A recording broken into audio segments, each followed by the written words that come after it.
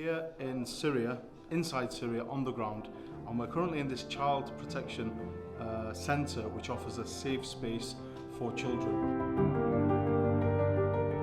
All this pressure has built up and compound in the hearts and the souls of these children, and this safe space gives them an opportunity to let that out. There's even specialist support for the severely traumatised children. That's the situation which this centre, which is run by Syria Relief, is providing for the children here.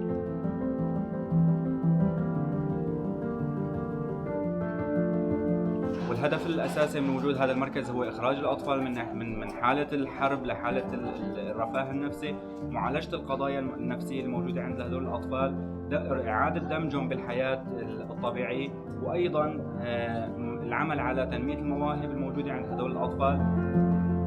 It's an absolute honour to be involved with Syria Relief, to be here on the ground and to be part of that.